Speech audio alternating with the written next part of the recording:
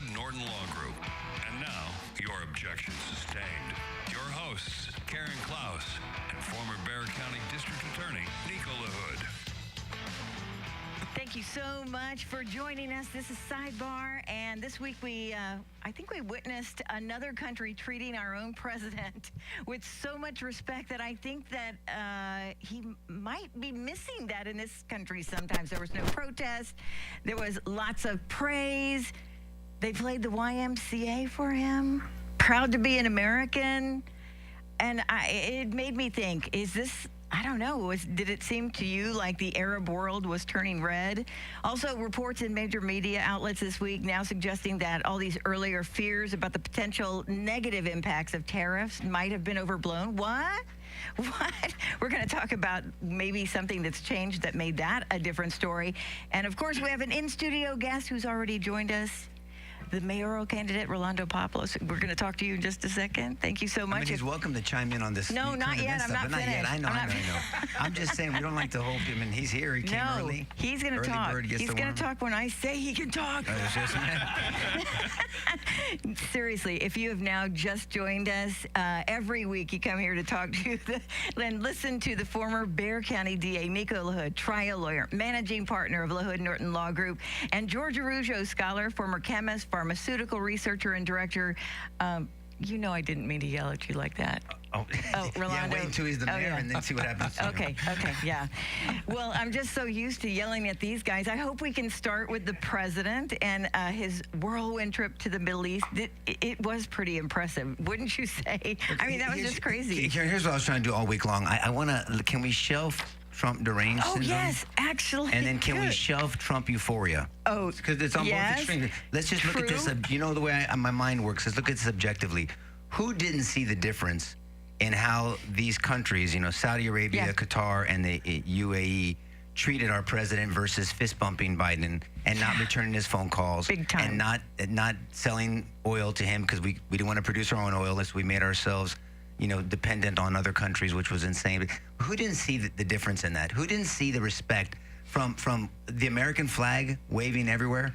I mean, to the way the songs they were playing, beautiful, to being met on the tarmac, to be met at the plane, which is something that doesn't do, to receiving their highest civil award, to the acknowledgments, to the business owners around the world, the biggest players. Because we're going to talk business today later on with Rolando. But coming out here and wanting to be part of this, who didn't see that? We can talk about Syria and whether that was good or bad. I have my own opinions about that. But who didn't see this, just a respect? So when you say that when the left criticizes that we're a laughingstock on the world, you just got to call BS on that. I mean, you just objectively, again, shelving Trump deranged syndrome, shelving Trump euphoria. I mean, that's just not true. And what happened, the amount of respect, what was done, and what he was doing there is important too. Because there was a foreign policy objective and there was an economic objective. I mean, you're talking about from where Iran is, where China is. He's playing a huge global chess game. Global is exactly the right word to use. And for people to say that his foreign policy is ridiculous or he's an idiot, I mean, we're going to talk tariffs. We're going to talk all that stuff on the first half of the show. I just think I was pleasantly surprised at the respect that they gave to our country ultimately, and the desire to want to be part of whatever's going on here. Whatever Trump's doing, whether you like it or not, they want to be part of it, and that speaks volumes. It was a reminder to me that everybody ought to just chill the hell out and give Trump an opportunity. There's a lot of parallels between Trump 1.0 visit to the Arab world and this, and I wonder about those parallels, because when he went over there the first time, I mean, nothing really happened. It seemed he went over there. I mean, no major announcements, no major economic deals to speak of. And then he came home. Yeah, there was a first. He actually flew directly from Riyadh to Tel Aviv. Nobody had ever done that. He gets to Tel Aviv. He gets to Jerusalem. I mean, he spraying at the Western Wall, other than announcing that Israel's sovereignty over the most holiest site, which doesn't seem to me too controversial in this country, but very controversial over there. Nothing really happened. And then, boom, 7 months later, you have the Abraham Accords. You have him moving the embassy from Tel Aviv to Jerusalem. Yeah. These are significant developments. And so it seems like nothing's happening. And then all of a sudden, boom. Same thing over there. He flies over there. I mean, you have this fighter escorted Yeah. That was pretty was neat. so I enjoyed seeing amazing. that. Not to be outdone, Qatar does the same thing, of course. And the flyover on the way out. Right. So, I mean, it's amazing. it starts out like pomp and circumstance. But again, we're sort of beyond pomp and circumstance. Yeah. I mean, we're in dire straits as a country, as a world. We need to see some substance. He gets over there, and then literally from the get-go, again, it seems like it's business as usual because conflict's breaking out between Israel and the Houthis, and so that conflict continues. You notice he nudged Saudi Arabia a couple times to join the Abraham Accords. Yeah. That didn't happen, but all of a sudden, boom, $1.8 trillion combined in investments coming out of there. You combine with what we already know has happened here in the States, 3.3 months and $3.3 trillion. Okay, give the man an opportunity. It may seem like nothing, but chill. And then, I don't know. Well, and greatness. Syria is a big deal too. I mean, because Iran's making a play into Syria, China. When you see that combination, and then him bringing him in, and he's really good. He's good at criticizing. I say this all the time about Trump. He's really good at criticizing people, and sometimes he does it too quickly or used to in the past. But he's really good at giving praise.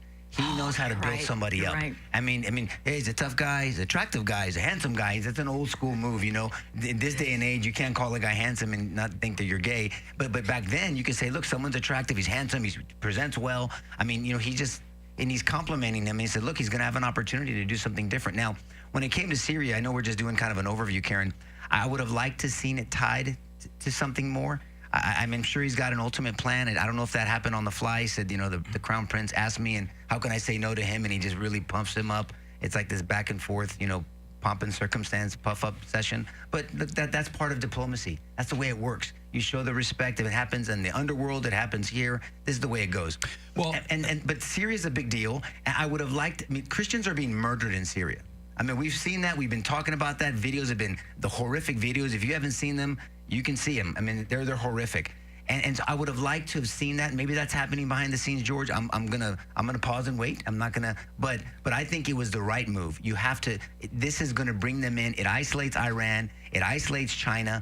Look, China's on this 90-day pause, and while they're on the pause, and everybody and the left is criticizing it now because now he caved in. So they criticize them for doing it, then they criticize him for caving in supposedly, and he's working and he's moving. So if for some reason those 90 days, in my opinion, don't pan out, now China's even more on an island by themselves. I think it's very strategic, and I think it's good what he's doing. This might be a good time for me to ask Rolando to chime in. You don't strike me as a person who's short on opinions, Rolando, especially on economics. Trump kind of said, look, you got a choice. You can continue blowing each other to bits, or you can come together in mutual economic cooperation, and you can pull a Kennedy. A rising tide lifts all boats. Maybe that's the way to go. It was kind of a reset for Syria. Give him an opportunity for greatness. I love that. I wondered what he meant by that. And then it occurs to me that if he removes those sanctions, which in fact he did, that you've got assets that are frozen. And now you've opened up the gates for investment. And there's considerable relationships, potential economic relationships between Qatar and between Saudi Arabia and between Syria. This could be a big change overnight, especially for the prosperity of the Syrian nation, no longer under Assad. It seems to me that seems to me the great equalizer. We can continue to kill each other, or maybe there's an opportunity for us all to prosper economically. You can kind of say that about San Antonio as well. I was just thinking that. Yes. We are so divided as a city, and that's been kind of my mantra from the very beginning is let's come together. Imagine what we can do coming together as a city. And yet we choose to inject partisanship, ideology into all this. I want to make sure that the city benefits, just like what the president is offering is like, you have a choice. Come together or blow yourselves up. And, under my leadership, we're not going to blow ourselves up. We're coming together. But yes, this is the right approach. Rolando, and George, way to go to screw up our scheduling. But that's okay. That's okay. He's here. You're here, Rolando. Sorry, I just show up. No. You chime in, brother. You can talk as much as you want or as little as you want. But how do you bring a city together that is so divided ideologically? So you're not. You see it in the Middle East. You see it's an ideological shift. It's religious for them in nature here, and here it is as well. How do we do that? Are there is there a platform? Is there a method? Is there something that you've seen and that you believe that everybody agrees on to bring people together that can say, okay, let's prioritize our differences and what do we come together around? The formula is very simple: is gain trust and respect. You have to earn trust and respect of your peers, of the community. But like you were saying earlier, let's give us a chance to prove ourselves. You know, you can't just start throwing bombs even before things happen. We have to make sure that, people can earn our trust. We can work together. I think the most important thing as a leader, though, is you have to lay down a solid vision that everybody can get on board with. And it's really focusing on the things we agree on and deprioritizing those things that divide us. Have you seen that in campaigning around the city? What people agree on? Have you identified exactly? I mean, I know you guys have been having some debates. I'm sorry, I'm not going to lie and say I've seen them all. I've seen the ones That's before okay. the runoff. Well, I saw the ones before the runoff, and I was like, oh, maybe I can't get that time back. But, Neither can I. You know, but have you identified, Rolando, some of the things that the people that you see, the people that maybe you thought you disagreed with or didn't like you or didn't disagree with, where they think who you are, they say, hey, you know what, I can be on board with that? Yeah, look, I think people in San Antonio are very pragmatic. And for the most part, they're not really focused on partisanship. They just want someone who can bring solutions, someone with experience. And the thing that I think worries everybody the most is crime and the poverty that really is the root of all those things. Poverty really is our biggest problem, and we haven't been able to move the needle. We've had the same rate of poverty for decades. And when I go around town and I look at some of these parts of town, the infrastructure, lack of sidewalks and flooding and all that, it makes you wonder, well, why haven't we tackled that first? You know what? We have to take a break right now. I have not heard that before. For some reason, crime has never even been one of the topics that I've heard about. Yeah. Okay, we're going to take a break. Please get on social media right now, sidebartv.com, because we're going to continue the show when it's over at 10. Do it now and be prepared. This is Sidebar. We'll be right back. With reputations as respected high-level prosecutors in Bexar County, the attorneys of LaHood Norton Law Group bring invaluable practical knowledge from the other side of the aisle, using over 70 years of combined experience to strategically advocate clients' rights and pursue the best possible outcome. I'm Nico LaHood with LaHood Norton Law Group. Have you been arrested or accused of a crime? The LaHood Norton Law Group has the knowledge to defend you regardless of how small or large your case. In Bexar County, anywhere in the state, or even nationwide, we have the knowledge to defend you in federal or state court, no matter how small or large your case. We are trial lawyers with proven success. Using their 70 years of combined experience to strategically advocate for their clients' rights and pursue the best possible outcome. The LaHood Norton Law Group. For a free consultation, call today, 210-797-7700. 210-797-7700. LaHoodNorton.com. This is Nico LaHood. If you or a loved one has been arrested or accused of a crime, we can help. LaHoodNorton.com. 1200 WOAI. This is Sidebar. Please go to sidebartv.com because we continue the show after this show. And we have got a special guest in studio, the mayoral candidate, Rolando Pablos. Yeah, let me say this. So I have invited Gina Ortiz-Jones as well. We're going to email her. If anybody listening knows how to get a hold of her, I mean, I don't. I have not had the pleasure of meeting her yet, and I want to meet her. This is not going to be a gotcha situation. This kind of happened differently. Rolando needs an opportunity to introduce himself to the audience. I mean, people know he's a candidate, but look, this is a low turnout. I want people to vote. Whatever the city's desire is, I want their voice to be heard, but I want them, at least from our platform, to be able to say, look, we heard from Rolando, we heard from Gina, and like I said, we're not trying to gotcha anybody. We just want them to talk. So if anybody knows how to get a hold of her or her campaign staff, please have them contact us, and we're reaching out to them. We had a mutual person reach out to them. They have not responded yet. And no, Karen, you're going to email her. Absolutely. We want to give her the same opportunity. But, Sidebar is conversational. That's the environment we have here. And so that's what we want to do. And I would love to have a conversation with you and with Gina just to get inside your heads a little bit. I like the macro to micro comparison because I think that's useful because we do that here anyway. Okay, this is happening out there. How does it tie into what our experience here? And the reality, I think, and what you said, I think is valid. And I have your website open. A strong economy is the foundation of a thriving community. Okay, that's what Trump's saying on a global scale. And that works economically. I want to look at it politically for a moment, because the political realities in Syria make them particularly hungry for what Trump had to propose. The reality is that Syria's military capacity is completely destroyed. FYI, anybody. Israel has decimated Syria's military capacity. You've got tribal warring inside the country, but in terms of a national capacity, it's gone. And so the only way up is, well, it's up. And so you have a leader that's particularly starving, because now they have sanctions, they have no military capacity, they're essentially paralyzed. And so Trump truly offered them a way out. And I love it, because you have Qatar and you have Saudi Arabia now, who will basically be extensions of the United States in terms of moderating Syrian responses as we go forward. So he didn't just meet with the Syrian leader. He brought in Mohammed bin Salman. He brought in Turkey's Erdogan. He was on the line. Yeah. And so, I mean, that's an important statement. Hey, this isn't U.S. and Syria. This is truly a mutual cooperation. So everybody watches everybody's back here. And so if Syria decides to go rogue, and I love how he said that on Air Force One, he has a strong past. Strong past, yeah. He has a really strong past. Yeah. He's a fighter. That's code for, yeah, I know, he was a bad guy, but, you know, I love the redemptive element in this. The guy's a thug. He's a theorist. Fair enough. Look at Japan. But what are you going to do? Look at Give Japan. him a chance. Pearl Harbor. Look at Japan. I mean, so the idea to have permanent enemies, for me, as a Christ follower, that's not a biblical concept. I mean, there needs to be a path to repentance and redemption. And so, look, if it's maybe don't trust and verify.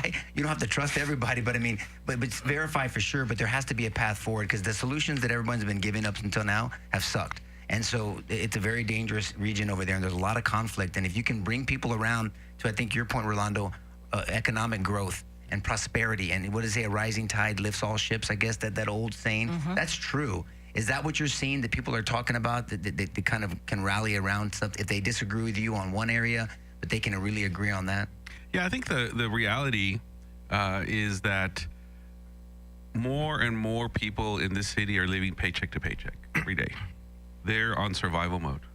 And that has to do with a lack of jobs, of good jobs that pay well, that allow people to then take that money and invest it in those things that are important to them. So the solution is, well, let's bring good jobs. Let's bring quality jobs to this community. Let's make ourselves attractive for investment. And let me tell you right now, the investment's going elsewhere. Dallas, Houston, Austin, everywhere. I was going to ask you about that. Why? What, have you identified why? Oh, absolutely. Well, first of all, you know, I have 25 years in economic development. So I work with the economic development community, the site selectors, the people that help companies decide where to go. And they have a very simple checklist. And the first thing they look at in their checklist is they ask themselves, will the local government be friendly to us? Or are they going to undermine us? Are they going to frustrate us? You know, are they going to over-regulate us? That's the first thing they look at. They also look at our workforce, our infrastructure, our quality of life. All those things are very important. Safety, I'm sure. Safety, yeah, that's definitely important. You know, that's the infrastructure part. We have to make sure that our city is attractive to them. And right now, the other cities are more attractive. You know, and these companies are bypassing us, and they're taking our children and grandchildren with them. Our kids are going elsewhere because they don't have those opportunities here. And, you know, I want to be able to retire here, and I want my children to come back to San Antonio, and that's really my goal. So, Rolando, we again, I bust George's chops here, but I wanted you, and I want to give Gina the same opportunity if she accepts our invitation. Why are you running? I mean, who's Rolando Pablos? I mean, I wanted to start with that. I mean, where are you from? What is your background? Why do you have the experience? What do you think the problem is here, and how do you bring the solution? I mean, I want to kind of go into those areas. Sure. I've been here for 40 years. I came to San Antonio in 1985 as a 17-year-old. With Let me do the math. Hold on. 40, 17. Okay, go ahead. I'm 57. I know. I'm just joking. By the way, I qualified for a breakfast discount at Jim's. Nice. I just found out. I came here sight unseen. I never been from El Paso. So I was born in Mexico. When I was 9 years old, my parents brought us to El Paso. So we immigrated here with the dream of, you know, getting a U.S. education, seeking a better life. I didn't know any English. I'm a product of public school ESL. But when I was 17, St. Mary's, you know, recruited me. I came here sight unseen, and I fell in love with San Antonio because the first thing I realized is this is a place where we can celebrate our culture. I mean, fiesta, oyster bake, mariachis. I'm like, wow, I love this place. And then coming from the desert to see this beautiful hill country, I just fell in love with it. And this is where I've made my life. This is where I met Laura. You know, I put myself through school working in restaurants. My parents couldn't afford to pay our way. So, you know, I had to take out loans, and I'm a Pell Grant recipient. and I've given a lot back to the community now that I love, and that's why I'm doing this. I want to retire here. I'm not doing this for political ambition or as a stepping stone. I'm not a politician. I'm a public servant. I've volunteered in practically every nonprofit here in town in the last 40 years, and I want to make sure that I can help this community lift itself up, because right now we're falling behind in many different areas, especially in economic development. But you've held some political positions. I mean, what is your education, your background? So I have, well, I'll tell you, my parents brought us here to get education, and I'm glad to say I didn't let them down. I've earned 5 university degrees. I'm an attorney. We won't hold that against you. I went to St. Mary's for undergrad and law school. I got a master's in business from UTSA. I have another master's in hotel restaurant management from the Hilton College at U of H in Houston. And then I have a master's of laws from UT Austin in international arbitration. I've been in the international space. I've been in economic development. And I've done it from San Antonio, with the exceptions of leaving to perform this public service in Austin and in El Paso. But look, this town's been great to me. This is where I met my wife, Laura. We got married at St. Joseph's downtown. Father David Garcia married us. Our kids were born here. They were baptized by Father David Garcia at San Fernando. This is home. This is where I started my business. And look, other than those 2 times that I left town, I've been here. This is my community, and I want to lend my services. I'm offering up my services to this community. I'm at a point in my life where I have to give back. I've given a lot back, but now it's time to do it in this manner. How would you identify the difference between you and Gina? I mean, obviously, I'm sure you stated her campaign. You guys campaigned leading up to the runoff. And what is her vision, and what is your vision, and how would you differentiate the two of you? Well, let me tell you what our city needs. Our city needs an experienced, qualified leader who has proven abilities. You know, I'm not a one-dimensional candidate. I have government experience like Gina, but I go beyond that. I have business experience. I have economic development experience. I have nonprofit experience, public finance. I've run 3 state agencies. I've been appointed to the Public Utility Commission. Governor Perry put me there. So I understand CPS Energy very well. I was chairman of the Texas Racing Commission. I regulated gaming. So that's a law enforcement agency. So I've run a law enforcement agency. And I've been Secretary of State, Chief Economic Development Officer for the state of Texas. I travel the world promoting Texas, bringing investment here.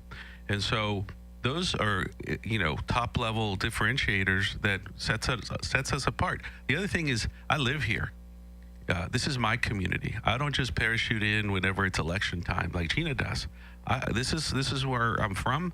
This is what I love to do. I think that San Antonio right now, we're already facing headwinds. We just lost our top economic development person here in town, our top tourism development person here in town. We're going to have 5 new council people. We're facing deficits. So we're at a crossroads. We have to circle the wagons. We have to come together, and we can't afford to have someone who's going to be divisive. This is a time to come together, and we need someone who has relationships in Austin and in Washington, and that's me. You know, I'll go to Austin and Washington and make a case for San Antonio and stick up for our people, because other cities are taking funding from us and jobs. Rolando, I wanted to follow up on tactics a little bit. Yeah. So one of the reasons that people brought in Trump in a hurry is because he kept talking about the regulatory state. That exists at the local level too. It's a serious problem. At the national level, the Code of Federal Regulations is something like 188,000 pages long. It costs Americans something like over $2 trillion. I've heard it said that the average American company commits 3 felonies a year, and they don't even know it. And so I guess I'm wondering how that we know it's a problem in every major city. It's a problem here. We know how Trump on a national level has gone after it, identifying the issue surgically. I mean, if you go to Doge.gov, you can. By the way, Doge hasn't been in the news lately. I wonder if there's this essay Doge. They're tired of reporting how much they're saving. Well, if there isn't a San Antonio Doge effort, there perhaps should be. Something that keeps kind of a regular tabulation on the types of regulations that are putting undue burdens on companies. Because we talk about it at high level, Rolando, but people don't really appreciate what it does. And I'm sure you've seen it at ground level. Can you give us a sense on how that's choking economic development in San Antonio? Yeah, look, I'm a former regulator. I know the damage that regulations can cause on businesses and on a community, and I also know the benefits that it provides. But look, I've already proposed a Doge-style third-party audit. And as mayor, I'm like, I don't have the ability to come in and kill programs and anything like that. But what that will allow me to do is to understand, to level set, understand where we are, where we're spending our money, and shine a light on those things so that you all, the people, can take a look really, behind the curtain, what's going on. So I'm proposing a third-party audit, independent third-party audit. I'm also proposing a sunset commission. The state of Texas has a sunset commission, and it's an agency that was created, it's a watchdog agency that was created to analyze every other agency. So every so often, every 10 years, an agency will go up for sunset review. I've been through 3 sunset reviews. And basically, it's the agency making a case for itself, showing the legislature that they are still valid, that they're meeting the legislative intent, that they're using the money wisely, and that they're delivering results. We don't have that in San Antonio. So I will bring in a sunset commission for the city of San Antonio to look at all of those programs we're spending money on.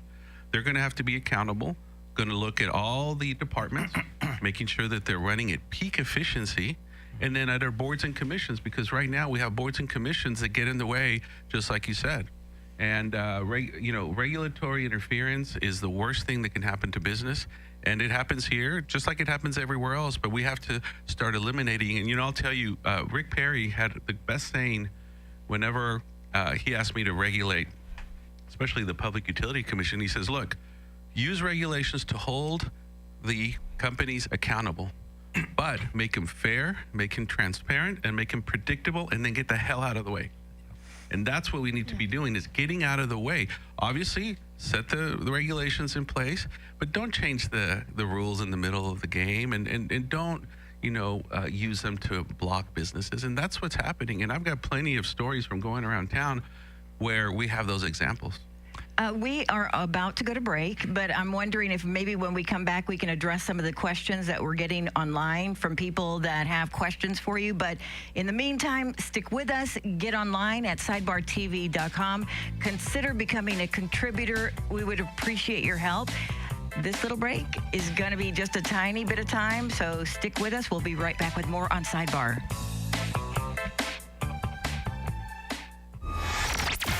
San Antonio's news, weather, traffic, plus breaking news 24/7. This is News Radio 1200 WOAI from the GiveMeTheVin.com Sell Us Your Cars studio. I'm Eric Lycum at News Radio 1200 WOAI. Deadly tornadoes in the Midwest overnight. The tree out front was shaking so violently. I said, well, come on, David, let's go. The latest from St. Louis coming up first. Traffic and weather together.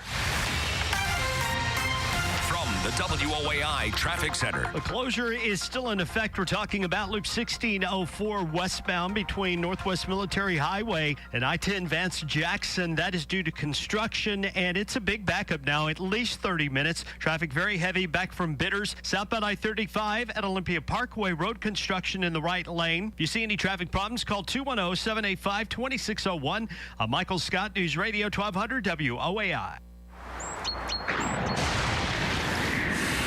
On our way to a sunny, hot 94, it is mostly cloudy, 84 now at the WOAI 24-hour weather center. Our top story, at least 5 people are dead after a tornado tore through St. Louis. A St. Louis resident was in her car when the tornado passed by. I could see the trees and limbs and branches, everything just swirling away from me, and I just started praying. I heard something hit my car, and I turned around to look, and the tree had fallen on top of my car. At least 5,000 homes were destroyed by the tornado. San Antonio police revealing more details about the mom and her son arrested and allegedly planning an attack on Rhodes Middle School. Chief William McManus says their investigation began in January when the son of Ashley Pardo made violent drawings involving his school, and a couple months later was found researching an Australian school shooting. McManus says his behavioral threat assessment investigators found there were Nazi swastikas and things like that. Boy remains in juvenile custody. Prado charged with aiding commission of terrorism. City Councilman Manny Pelaez wants to rename the San Antonio Airport in honor of the former Spurs coach. He wants to rename it the Greg Popovich International Airport. That proposal will be discussed at the next council meeting. News on demand at WOAI.com. Our next update, top of the hour, breaking information as it happens. I'm Eric Lycom on San Antonio's news, weather, and traffic station, News Radio 1200 WOAI. This report is sponsored by AutoZone. Get in the zone. Starting stronger starts at AutoZone, where they've got battery solutions in the form of free battery testing, free battery charging, and replacement batteries that fit your needs. That's what makes them America's #1 battery destination. Get in the zone. AutoZone.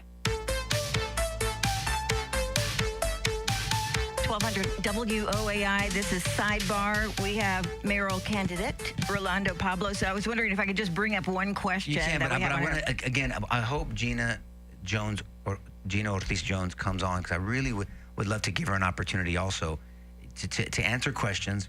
And when I was running for office, Karen, there was no tough question. There was just, every question's a fair question. I mean, so if the question happens to be tough, too bad for me. I shouldn't have run for office. So I don't care that there's tough questions, easy. There's no tough or easy. The position you're running for is not going to be easy. So if you're not used to, and this deals, Orlando knows me. I mean, this applies to him too. I mean, if there's tough questions, good. He needs to get tough questions, and people should push him on it.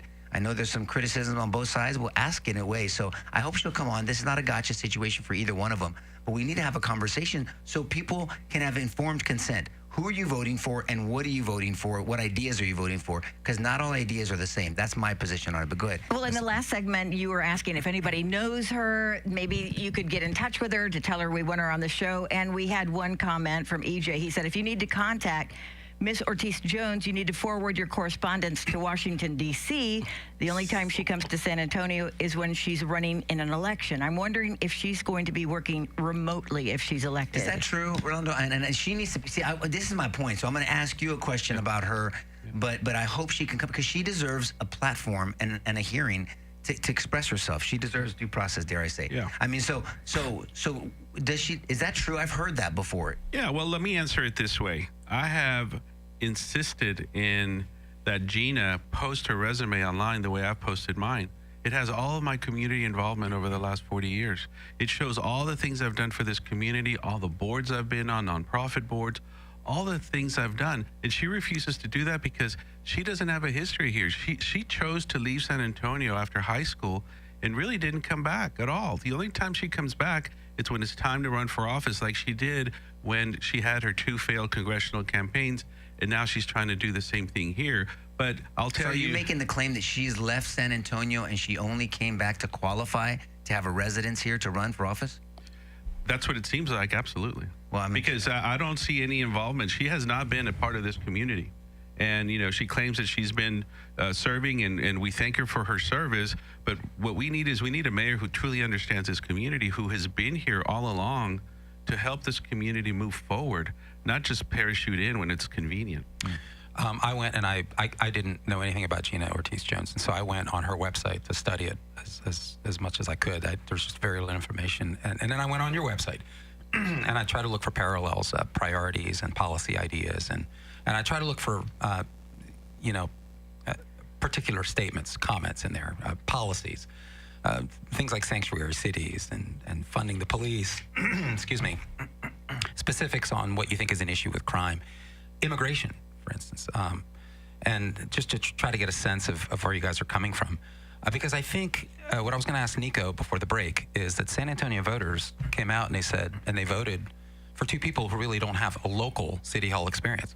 And that's the first time since Hardberger's election in 2005. That seems to me a statement that status quo just doesn't cut it anymore. The current city council members didn't even come close to the runoff. So I don't know. San Antonians seem to be ready for a shift here. That's not a Democrat or Republican thing. People are just sick of business as usual, and they're looking for somebody to help them shepherd out of that. And you're claiming that you're the guy for the job. I think people are looking for particulars, though. They're wanting to know, how do the claims that you make affect them on any given day? And I think the person who can make that case best ultimately wins. Absolutely. Look, my main concern is the taxpayer. I put out a taxpayer protection plan that includes a taxpayer timeout.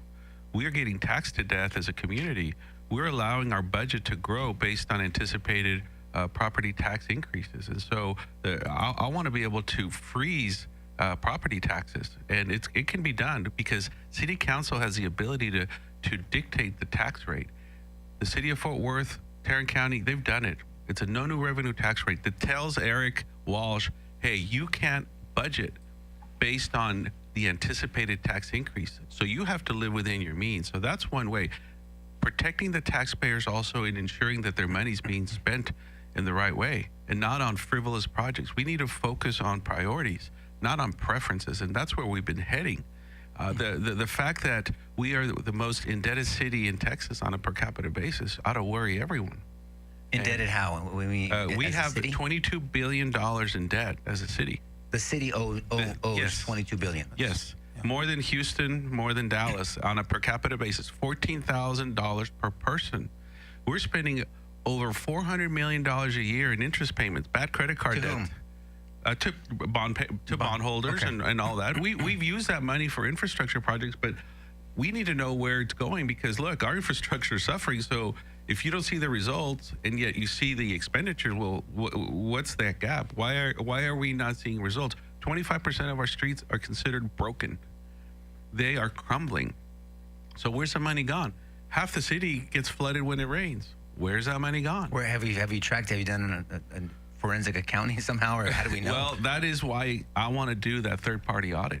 You know, I want to get in there and I want to hyper-analyze where our taxpayer money is going, and I want to make sure that we identify the wasteful spending and shift it to things like police. We're short 300 officers.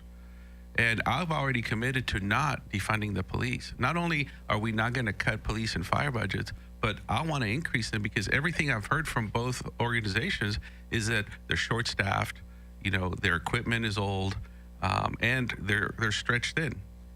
And we see it in the crime that is occurring in this town because crime is really the top concern. Crime and infrastructure are the top concern. So, Rolando, I have two questions. Number one, how do you reduce that debt? Number one, and you can answer them in whatever order you want to, and we can flow with the conversation. Because you've identified we're $22 billion. You said $1 million? Billion. The B. I thought it was $16 billion, and I was aghast at that. $22 billion. That was 3 years ago. Oh, okay, well, okay. So $22 billion in debt.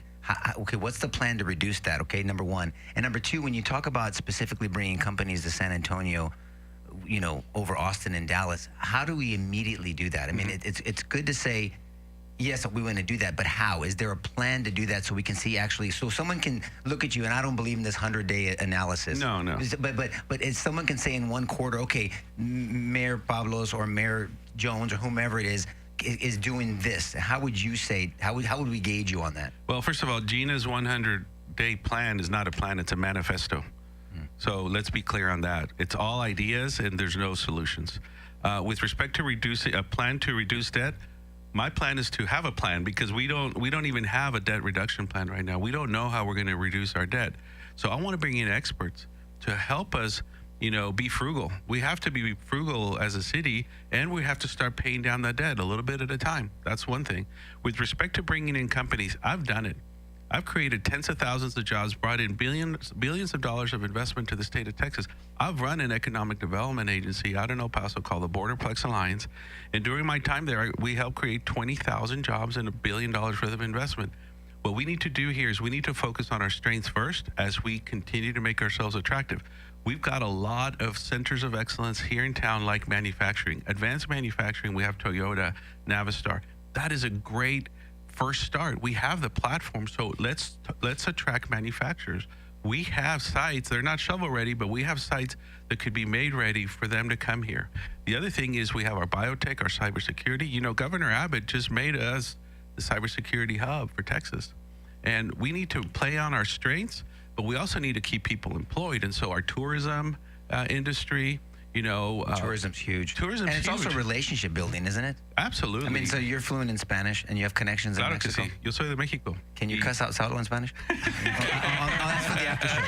That's for the after. I can do that. Yeah, absolutely. That's the first thing you learn in the language is the bad words. Absolutely, and that's a really good point because I've been working in Mexico for 20 years. I have the relationships at the local, state and federal level in Mexico, and not just with government, but with business. We have Mexican multinationals that have headquarters in Texas, but not in San Antonio. And I have those relationships. So we need to focus on a domestic approach in attracting business. And then we also need to focus on Mexico, because Mexico is Texas' #1 trade partner. And we have to make sure we realize that. We used to call ourselves the gateway to Mexico. And now Austin, Dallas, and Houston, they're eating our lunch in many different respects. You know, those mayors in those cities, they have a great relationship with our governor. And they know, they've worked at the Capitol like I've worked at the Capitol. And so they know where the money is. There's a lot of money out there that they're taking because we don't have those relationships in Austin. You know, this is state money. We have Bruce Bugg here, the chairman of Texas. Look at all the money he's bringing here, all the investment. We need to have those relationships at the local, with the county, state, federal, and in Mexico. What do you say to those voters, I'm sorry, George. What do you say to those voters, Rolando, that say, because I talk about on the show a lot, and we do, about tribalism.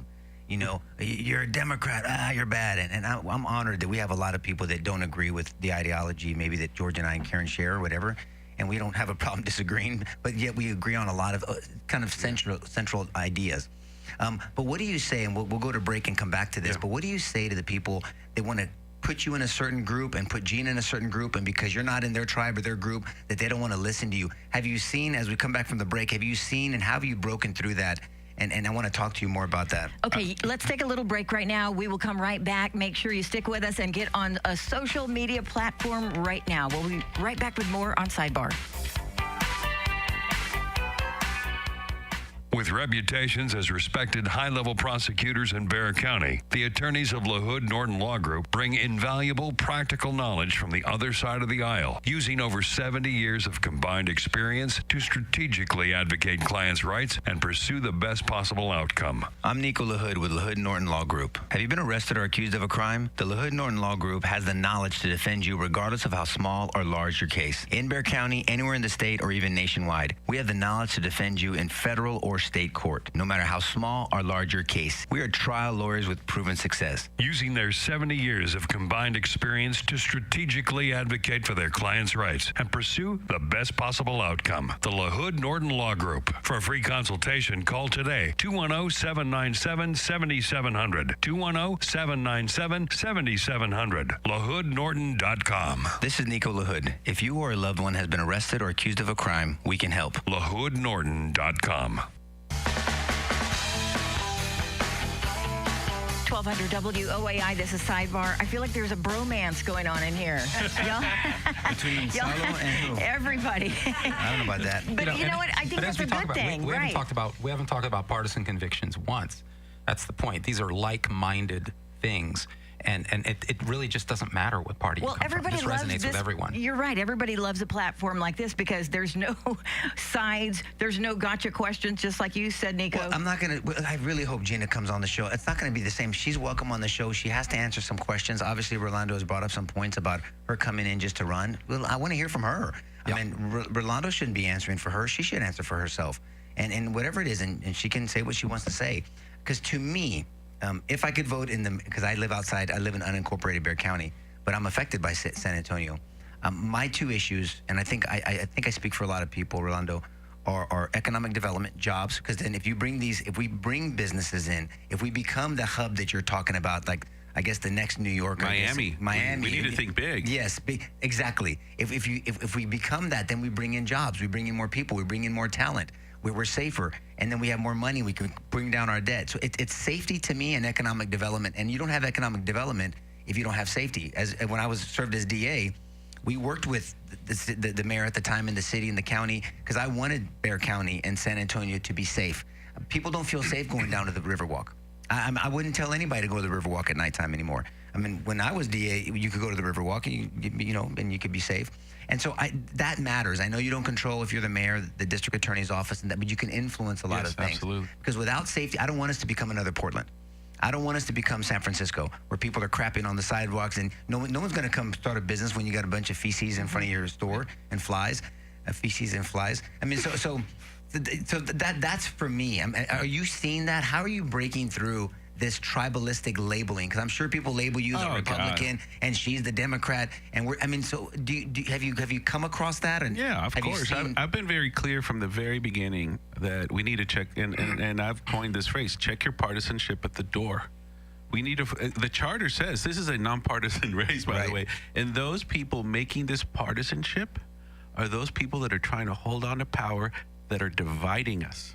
Divisiveness is their agenda. I want to bring people together. And yeah, look, my opponent's attack line is that I'm Governor Abbott's puppet just because he appointed me. But what you have to keep in mind is he nominated me, and it was the bipartisan Senate who approved me. So the people of Texas approved me unanimously. And look, I understand those attacks. Those are old school attacks, political, those political campaign advisors, they focus on attacks. I'm focused on the people of San Antonio and these headwinds that we're about to face. I mean, we're at a crossroads here, and we need a leader who brings us together, not divides us. And look, it's old school politics, and you get attacked, but you know what? Every attack makes me stronger. Amen. Well, look, don't forget, I'll tell you one thing, and I know if you can give us 15 minutes for the after show, I think people want the R-rated version of this interview. But I mean, so we can't sit there and down the radio, but whatever time you have, Rolando, I know you have a schedule, and so we want to honor that schedule. I'm glad that we had started talking with you earlier than not. But how many children do you have? We have 4 kids. 4 kids. I have 4 kids also. Kids. Yes. And I want to say something, and again, I'm just going to say it. I know one of your children has special needs. Yeah. I saw you at a function. I didn't know you were going to be there, and so I went full disclosure. That's why you were there. Your daughter has Down syndrome. Down syndrome, yeah. And I have Michael. It's on the spectrum of autism. Tell me how that's affected you. I mean, because there's an aspect that we learn from our children. How has that changed you as a daddy, as a public servant, as a business owner, as a lawyer, as a husband? It's made us stronger. I mean, Mia teaches us every day something that you would never think of. And, we've been advocates for people with disabilities for the last 18 years. She's 18. She's here going to school at Reagan High School. We're very grateful to everyone at Reagan who takes good care of her. But look, there's so many people out in this community that are affected by the concept of disabled individuals, and we have to focus on them. But look, Mia's our angel. We love her. And we were just so blessed to have her. Laura gave up her orthodontic practice. And you can imagine what that means from an economic perspective. Wow. To stay home with Mia. And that early childhood intervention made the biggest difference in the world. And now Laura is a teacher at a public school teacher at Health Careers. She's now back because now Mia's 18, and but she has made all the difference in our lives. Just like our other kids. You obviously married up, like I did. George, did you want to ask a question? You had something? Yeah, we were talking during the break about the commonality of our journeys. Your parents brought you here in 1976 from Mexico, and my parents brought me here in 1977 from Africa. We had done a short stop in Portugal. I was about to turn 9 in November of that year. You were about 9. Yes. And then I asked you a question because it intrigued me. You have an undergraduate degree in biology. Yes. Right. And so if it was a multiple choice question, which one of these don't fit? So I guess I'm wondering, what was your thinking there? Because then you went in a decidedly different track. Because I got an undergraduate in chemistry, and then I stayed in corporate pharma. What was your rationale there? Curious. Yeah, well, look, I have a degree in biology and chemistry, and organic chemistry was the hardest class ever. But it wasn't until I started liking wine and drinking wine that I had a new admiration for organic chemistry. But here's the thing: is both of my parents are dentists. And in Mexico, you honor your father as a son, and you want to do what your father does. But I quickly realized that that's not what I wanted to do. My passion was in international business. I wanted to be an attorney with a business degree. And so as soon as I got my degree, I finished it. I had 2 senior years at St. Mary's, but I finished it. And then I went to UTSA, got my MBA, and then everything took off from there. And I owe everything to Laura, because Laura was a straight A student at UT Austin. She was top of her class at the dental school here. She taught me how to study. She taught me how to really take academics seriously. And then from there, I went to law school. I went to hospitality school because I put myself through school working at restaurants. I used to wash dishes, and that's how I met Laura. We were waiting tables. So that's the kind of journey. But But the biology thing, See, if chemistry gave you a headache, it's foreplay for George. That is so gross. Thank you for the Stop. visual. Just telling you. I always tell people a good solid natural science degree does one thing. It Yes. helps you, if nothing else, it helps you teach you how to think. Yes. And that's important. That's a transferable tool to anything. I mean, I eventually went into corporate business, but I spent a lot of time actually doing science in corporate because I love the idea of being able to think clearly about things, and it helps you get down into the weeds, and so I don't know. I think that's great. That makes me feel better, actually. Well, a STEM education like the one I have is very important. Laura has had a STEM education as a doctor. And you're right. It makes you think in a different way. But then you mix that with business and law, and then it just makes you a more balanced individual when you're approaching problems. And that's what I've done. And that's why I advise CEOs of major corporations. I advise governors, on their thinking. And all of my background allows me to really think in a different way and provide ideas that sometimes even people who have been in industries forever don't think about. We got distracted on so many different topics too, but for me, it's the political, it's the people, feeling the pulse of the community. And when you're out there, and I don't think you answered the question, or we went off on a different route. But how are you breaking through? Are you seeing the tribalistic labels because obviously you're claiming that that's your opponent's kind of tactic to label you a certain thing, Abbott's puppet, whatever. Yeah. And so are you getting headway breaking through Absolutely. these normal traditional divides? That's a good observation. This is what's happening is the people hear a certain thing from my opponent out there, but once I sit down with them, and what I've done lately is I sit down with groups of 20 or 30 people, and when they hear me and they understand what I'm trying to do, and they see that I'm not this evil Republican as I'm being painted out to be, they come on board. Yesterday we were at Chris Madrid's. I had 10 people approach me, strangers, saying they're going to vote for me. And, a lot of the faith-based community understands that what I bring to the table is what is needed in San Antonio. And so we have tremendous support from the faith-based community. The business community is coming on board. And look, even staunch Democrats are coming on board. And so what is bringing them over? What is bringing them over is, first of all, my vision of unity, bringing the community together, my experience in economic development, understanding government and business. They know that I'm not just a one-trick pony with government. Nothing wrong with being a bureaucrat, but when you're serving this community, especially in these challenging times, you need someone with a broader perspective that can really understand how to bring this community into the next level and become the next Miami. We need to think big, and we can become the next Miami. We can beat out any city in Texas, but we have to come together, and we're not going to do this divided. That's true. Nico brought up, he stole my thunder on those, because I think that's absolutely the right answer, and the question's important. I guarantee you, every San Antonio is serious about their mayors thinking about it. These sort of two-pillar, it's a two-pillar issue, the idea of how do you drive growth. And you got to have a stable place where crime isn't out of control, where people feel free to go out in their streets and go to the local grocery store and talk to their neighbors without being assaulted. So there's that, and then there's the idea of economic development. So taxation is an issue. Yeah. What are you thinking? Perhaps incentivizing through lower taxation programs and incentives for companies. Is that sort of along the line of thinking? Because you made an interesting thing about Gina Ortiz-Jones. You said she makes claims, but then she doesn't really get to the meat and the potatoes of it. Right. And that is a concern. Yeah. A lot of politicians say a lot of things, but people are wondering, well, how in the world are you going to do this? The taxation issue is a big deal. Yeah. What are your thoughts on that? My thoughts are that we're getting taxed to death as one community. What we have to do, instead of continuing to increase taxes on the same people, why not expand the tax base? Bring people from the outside, bring companies from the outside that will help contribute to this, revenue needs that we have as a community. Right now, what we're doing is we're taxing, and then now we're calling them fees, and we're just increasing those on the same people. What I want to do is I want to bring companies who will come here. They'll buy buildings, they'll buy cars, they'll buy gasoline. We need to attract more visitors because our sales tax revenue is dependent on that mostly. We need to be able to bring families here so they can live here, so they can buy things. That's how you create a virtuous cycle. And the only way to do that is through economic development. We have to attract companies. Love that answer, because I think I think the average voter is going to say, well, how does that work exactly? You broaden your tax base, but you lower the tax rate. Correct. Yeah, that's right. So more money in my pocket, more of an incentive. Because you kept talking about Austin. Sorry, you talked about Austin and Houston. I wonder, what exactly is Austin and Houston? Because you said in your website, everybody's going to Austin. They Houston. are. What exactly are they? Why? Yeah, I mean, you get homeless people everywhere. I mean, what's about Austin? There's a trend now. I think the bottom line answer is workforce, okay? So qualified workforce. But now there's a trend, and just analyze it when you have a chance.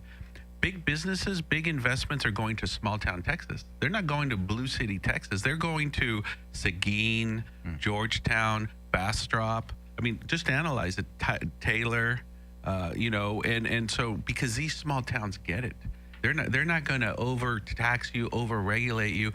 And look, you just go to Seguin. There's a ton of warehousing, distribution centers, and manufacturing. All that traffic that's coming up from Laredo, from Mexico, is going to the right on I-10 and going to Seguin and up SH-130 and skipping San Antonio. Rolando, do we? What is your schedule? Do we have you for 10 minutes? Do we have you for 15 minutes? You want to check? Because we're going to be winding down the radio portion of this, and we'd like to continue and take some questions from people. I wanted to keep this. I wanted to give you as much time as we could on the radio. I'm glad that we went off script and kind of had you talk more. Yeah. We'll do the same thing for Gina. If she says yes, we'll give her as many blocks as we gave you of the show, and as much as she wants to talk, and we'll ask questions. But we want to. People have questions online, and so we'd like to kind of go through them. Yeah. We're going to be winding up here. What is for the people that you're not going to switch over to the after show and are not on Facebook or social media? Finish them off. Give them your why should they vote for you? Give them your closing argument for 30 seconds. Thank you. I'm asking for your vote because we need to restore the promise of San Antonio. We need a prosperous city. We need families who can thrive for everyone. We need infrastructure that really shows who we are as a city. We can't be playing catch up. We're a fast-growing city. We've got these headwinds, and what we need today in the mayor is we need a leader who has a steady hand, who is experienced, qualified, and has the relationships not only in the U.S. but abroad to be able to bring that prosperity to this community. I want to lift this community, and I ask for your vote. And who can cuss out Salvo in Spanish. Claro que sí. Well, guys, look, thanks for joining us. We're gonna be here. Rolando is gracious enough to give us a little bit more time. We're gonna take your questions. Have a blessed weekend. God bless you. Bye-bye. The preceding show was paid for by the LaHood Norton Law Group. The views and opinions expressed are those of the advertiser and do not necessarily represent those of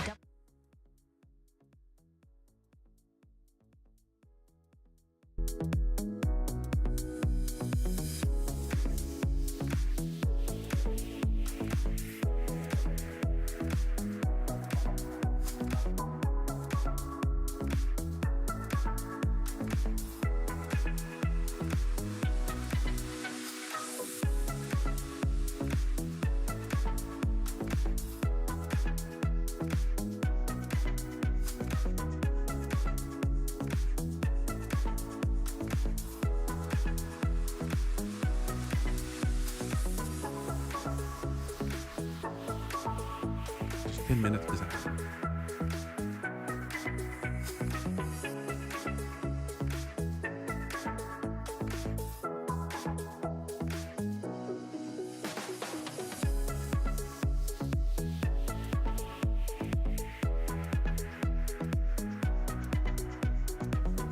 Go ahead. All right. Yeah. Okay, great. Well, here we're at. Thanks for staying with us. Whoever stayed on to the after show. Rolando is gracious enough to give us another 10 minutes or so. We're going to push it. So, I mean, I want to get more. So something came up yesterday, and I want to ask her about it. And I don't know if she's going to come on this show. I get the feeling she's not going to want to because she's going to think that we're a certain way. I really want to give her an opportunity to answer certain questions about her coming in and not being part of the community as you're making those claims, and her coming in just to run. But also, I was sent something yesterday about a debate. You guys were having a debate on Univision. Mm-hmm. Was it Univision? And was the debate in Spanish or does she speak Spanish? She does not speak Spanish. Which I don't think we've ever had a mayor that speaks Spanish, do we? We will. Julian took classes. Okay. Right. Well, that's okay. I mean, I get it, but I mean, it's an advantage, I think, especially where we're positioned. But what happened, I guess, because I saw the video going out. I know KSAT did a story on it, but she needs to answer for this, and I want to give her a fair opportunity to answer for it. Has she? And what happened, and what has she answered? So I'll give you the context. So, my campaign team from the very first day when we got into the runoff, we've been very transparent, open, and available to all media, okay, while she's been hiding from the media. One of the opportunities as a runoff candidate is to go sit through forums or debates, and we've accepted every single opportunity to do that. Now, Univision, a Spanish-speaking network, offered an opportunity to sit through a debate. We accepted. But then they came back to us saying that it was going to be all in English. And I said, how could it all be in English when it's a Spanish-speaking TV station? So, Gina threatened to not go. And at the end of the day, we're like, okay, well, whatever, whatever she wants. And we ended up having it be like 60-40, 60% Spanish, 40. She was going to answer all the questions in English. But frankly, you answered in Spanish? I did it in both. And I really didn't care. I just wanted to be able to communicate to the Spanish-speaking community here. And so when we showed up, we started the debate. We had agreed to certain rules. I mean, all these debates, the professional debates, they provide you with rules, and you sign to them and everything. And one of the rules was no cell phones. The candidates cannot have any cell phones. And so... What's the reason for that? Well, because you don't want to surreptitiously be receiving messages from anyone while helping with answers or helping with like answers and all that. And that's traditional in all these types of political debates. So what happened was, and by the way, you know that in debates, you're not supposed to interrupt. The rules are you don't interrupt. You have a chance for rebuttal. So as the debate started, Gina started interrupting, yelling at me because I told the community that she wants to defund the police. And obviously that set her off. She started yelling, calling me a liar. Everything calmed down. Like but yelling, my definition of yelling is chanclazos. She raised her voice, and you can look at it. It's on Univision. Okay.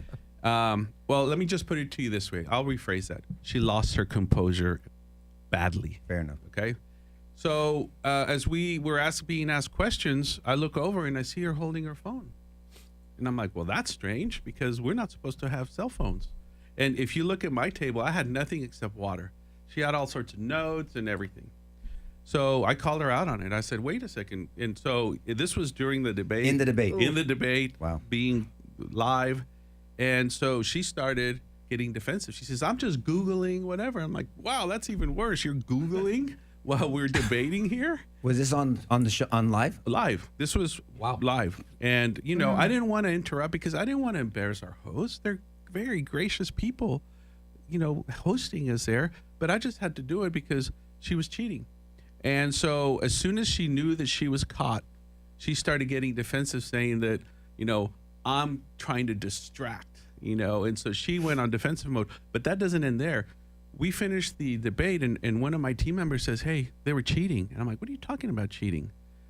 Her campaign manager and Gina were texting back and forth.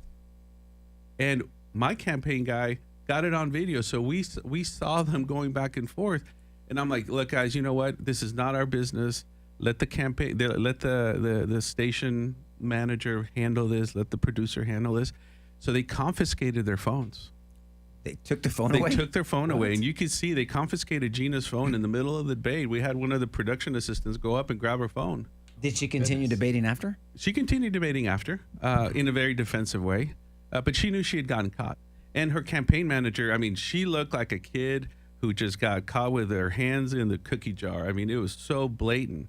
But at the end of the day, I told my team, you know what? It's not our problem. It's their problem. So we left. And then we got after the debate. You didn't walk out. After the debate, we just walked out. After the debate, after everything was we did. After the debate, we walked out, and we went to a Gym's just to hang out. And then we got a call. Did you get the senior discount? Oh, yeah. That's when I found out.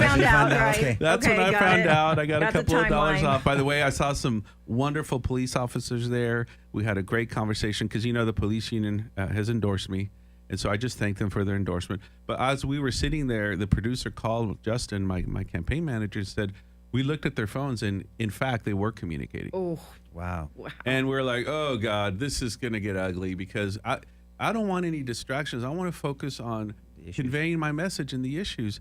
But then, KSAT got word of it, and they had one of their investigative reporters, and now there's a report out there that talks about that. But here's the interesting thing. Instead of apologizing or recognizing that they made a mistake, they just go on attack mode like they always have. Yeah, so the attack she made on you, and because I just saw the clip.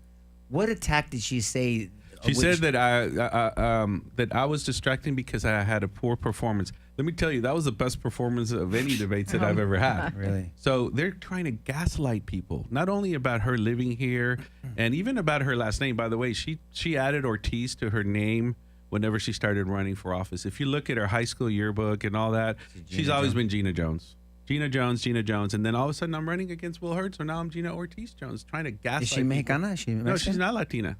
At all? And she's admitted that she is not Latina. Then where does the Ortiz come from? She's an Asian American. Her mom's from the Philippines that has Spanish descent, but she is an Asian American, and she. But is her mom's maiden name Ortiz? Ortiz. Yeah. Okay, but a Filipino's. But Filipino, not the yeah, she's not Latina. Not Latina. It's verified, and she even admitted to it. She said, "I may not be Latina, but I still understand this community." Wow. In any case, yeah. I mean, why would you change your name to Ortiz when you're running for office? How convenient, right?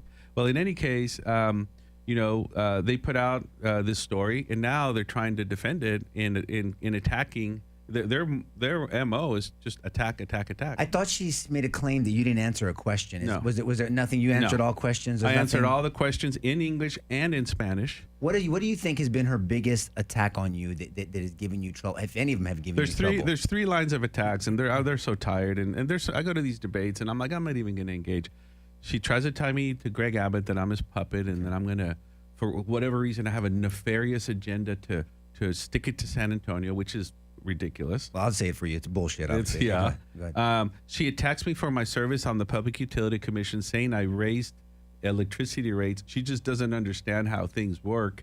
We were trying to attract investment in generation, and the way you do it is you raise a cap of pricing, but that doesn't translate to consumer pricing, so she doesn't understand utilities. So she's attacking me on my utility experience because she has none. And then she's also attacking me when I was Secretary of State. The Secretary of State is supposed to be the defendant on any lawsuits related to elections. And so in my role as Secretary of State, official role, I got sued and they put my name on it. She's saying Not I you got personally, sued. but in Not the me capacity of the personally, state yeah. of Texas. And Got it. again, she's attacking me on my experience as Secretary of State because she has zero economic development experience. She hasn't created a single job. She's never owned a business. She's never been in business. She's never worked for a business. She is a one-dimensional candidate.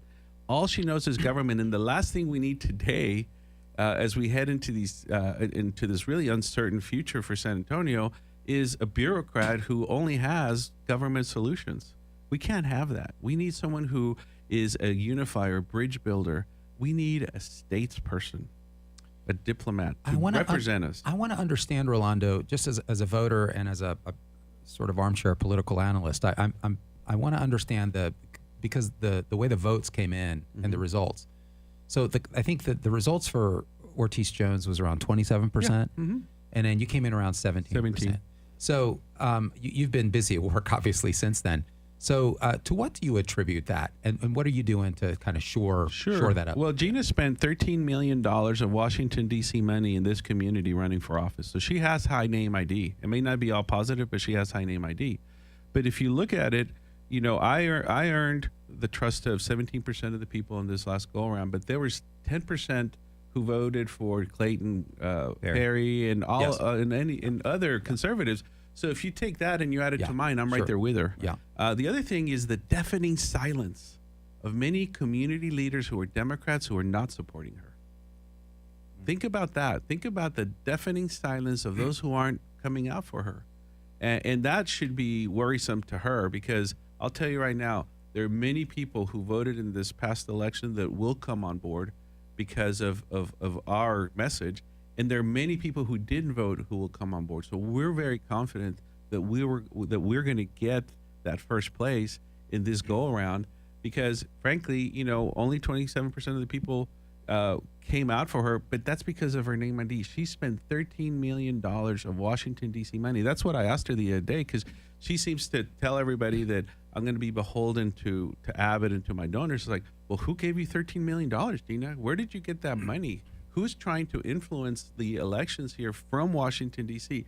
90% of her donations came from Washington, D.C., from outside Texas. Well, And that ought to worry everybody. Can you make a commitment, Rolando, that you're not going to be beholden to anyone but your duty to serve San Antonians. 100%. And whether they think the puppet or whatever the puppet meant, they did the same thing to Mark because Abbott supported my brother Mark. Yeah. And Mark has shown himself up there in he's voted with Democrats, he's voted with Republicans, he's disagreed with Republicans on issues that they haven't thought things through, and he's like, look, I got to live with my choices. My children have to live with my choices, and I got to answer to God in the end.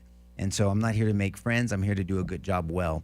I want to be friendly, and he's made a lot of friends, by the way. But so you'll make that commitment? I will make that commitment right now. You know, when a candidate lacks substance, they resort to these old school attacks, scare tactics. I have proven myself to be a man of this community. You know, just ask anyone.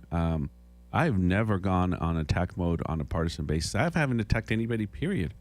I want to make sure, though, that I do leverage my relationships in Austin, Mexico City, and Washington, and even with Peter Sakai and the commissioners here to better this community. Those old attack lines to scare people see right through that. And I hear it every day. People are beyond that, and they see it because all Gina does is attack. But when it comes time to talk about herself, she deflects. She only had 18 months of experience as undersecretary. And by the way, during that time, the Air Force failed its audits. During the time she led, the Air Force failed audits. During the time she led, guess what? Recruitment, all-time low. Retention, all-time low. And readiness, which is the most troubling, all-time low. She worked for Joe Biden, who abandoned Americans in Afghanistan, who abandoned equipment, billions of dollars of equipment in Afghanistan. We're winning that war, and Gina Jones is part of that group. Ideology, that ideology that turned their back on Americans. Well, a question I have for her, and I want her to come answer this. I saw on one of her campaign boards, and you've already given us 14 minutes. I want to make sure that you don't get in trouble. I know. So we'll do a couple more, and then I got to go. You know, urgency. Has she defined? And I want to ask her. So I mean, you're not campaigning for her, but has she defined what the urgency is and what her solution is? Her urgency is what's urgent. Like what's urgent for her is to be in power, to be in office. But has she identified the problem? What's so urgent about bringing her in? You know. Well, in her mind, the federal government is the mean bad wolf. They're going to come take your Social Security away. It's scare tactics. The urgency is in attacking. It's not in finding solutions and providing solutions because she has no solutions. Like I said, her famous 100-day plan is a manifesto that really reflects her ideology, and that ought to scare everybody. Well, she uses the word urgency on her website. Yeah, that's what I'm saying. It's on her campaign boards too. Yeah. That's why I'm curious what that is. I want to ask her. Yep. She says it's essential that our city is not only a destination for military missions, but also for good-paying jobs and safe communities for all who call San Antonio home. The issue isn't the claim up here, as we said, is what's the how? That's the questions that we would have for her, I think, is how do you see play that out? How do you see you implementing that vision? And so I whatever questions we've asked you, I mean, we'd love to ask her. Excellent. I thank you guys for this time. Anything you want to say to part? When does early voting start? Early voting starts on the 27th. What's really important is please get out to vote. Get your friends and family out to vote. This election is going to be based on a vote turnout. It's already very low, but what we need is for people to go and express their voice through their vote because the vote does matter. And what San Antonio needs right now is a seasoned leader who has a steady hand and not a bomb thrower who's coming in here to use this as a stepping stone to something bigger and better. So I just want to retire here, guys. I want my kids to live here. I want my grandchildren, God willing, to be here with me. I want this city who's given me so much to really fulfill its destiny. And our best days are ahead of us, San Antonio. Well, Rolando, thank you for giving us time. I know time is a commodity when you're campaigning. And we're going to stay on, guys. So I'm just going to say bye Appreciate to it. Thank you all very much. Take care. Thank you. Okay, now we can start cussing. All right. Well, I have a question for both of you. You know, when President Trump was running, both of you said, we wish we knew, somebody that could get this piece of information to Trump, to make his campaign better, to do something that's going to get the attention of the people so that they won't be sucked in by what Kamala Harris is saying. I mean, I know he's his own man, But I mean, is there anything like right off the top of your head that you would say, I wish that he knew this? Because you've run before, you are a political analyst, you know about campaigning, and him saying, yes, she cheated and she was using her cell phone, but I don't want that to be the issue. I mean, but that really is kind of part of the issue, it's isn't an it? issue. It's a character issue. It's not a policy issue, and so that matters. I mean, so look, other surrogates. If I was advising him, other surrogates would use that because it is a big deal. I mean, if you're taking shortcuts, if you're doing this, people want to know everything about you. There's nothing private about a public servant. When you're on a public campaign and that's off limits, nothing's off limits. Don't run for office then. Right. So there's not a bad question. There's not a bad opportunity. There's not just you're a public servant. And so I would hope. I went into hostile territories when I was campaigning. I know. I knew that whatever the percentage of the audience wasn't going to be for me, but I still went because I made the claim that I was going to be a public servant, a DA for everybody in Bexar County, and I meant it. So I went in, and I turned people's opinions, a portion of them, when I would leave there. But so I would hope whatever Gina thinks this show is, or our audience is, even though we have people that disagree with us, Alamo Tog, Marc Antoine, I mean, there's a lot of people I think that listen and I hope like the dialogue and the analysis and just the conversation where we have an arena where we can debate ideas, and not all ideas are the same, and spar with ideas in our mind. And we spar with each other. Everybody knows Big that. time, So big it's time, okay yes. to do these things. But I hope that Gina will come and know that she's going to be treated fairly. We're going to ask her questions because Rolando has brought up certain accusations, and his campaign has, about her not living here, about her having a manifesto instead of a 100-day plan. Well, she needs a retort. It's like the government opening statements. The government's going to prove this, this, and this. And defense has a right to cross-examine and to present their evidence. And I want to give her that opportunity. And it's not going to be a debate. I'm not going to debate her. I just want to ask questions, let her talk. And then the audience can make up their mind. I hope she'll come on so she can answer about that. She can answer about this debate issue that just came up yesterday and make the pitch to San Antonians why she's the person to lead that office and to bring the ideas that she's bringing in for San Antonio, how they're going to bless us all. Because it matters. So, it seems to me, as he was talking, it occurred to me that the term limits have changed, right? Yes. So it used to be 2 years, and now you vote for a mayor, you're stuck with him or her for four years. So all the more reason why it's an urgent election. The issues that Orlando raised are legitimate. By the way, she raises some of the same issues on her website. I don't see any particularity with how she would address those issues. I would love to get under the hood with her, and hopefully she'd be comfortable doing that. But this, I think, this is a season when perceptions, media-baked perceptions aren't enough. What people are actually doing to answer questions at the ground level make all the difference in the world. When Mark was here, and he was talking about, we asked him, what do you think was a game changer? Mark was knocking on doors, and he was going to areas, he specifically said, that people that he knew weren't demographically in his camp and politically in his camp. I think that is, first of all, it's ballsy, but it's brilliant. And I wouldn't be surprised one damn bit if people from those camps jumped over because at the ground level they realize this is a guy that actually has grasp of the issues and cares. I think that's going to make a big difference. And so if she's doing that more than Rolando, she's going to win. And if he's doing that more than she is, he's going to win. Well, it's all about turnout. It's all about turnout. So much about turnout. You can have during my election, during the primary, there's a huge portion of people, even in that Democrat primary, they were saying, "Oh, Nico's got this, man. They really supported what oh man, we'll get you in the general. You got this easy." And they don't think because they think it's in the bag. You've got to get out there, whether you vote for Gina or whether you vote for Rolando. To get people, don't go alone. That's not 10 people, 20 people, 30 people. It matters. We can't bitch about things in the city or the county if we don't vote. You don't bitch about it. Have an opinion. Stay in your closet. Talk to the mice in the closet, or to yourself, and don't. I don't want to hear about it because you're not doing anything about it. We can debate ideology, but don't bitch about something about government if you're not part of the solution. And part of the solution is voting. I mean, you don't have to have a podcast. You don't have to go out there and work a street or block walk, but you're voting. You can have conversations with people.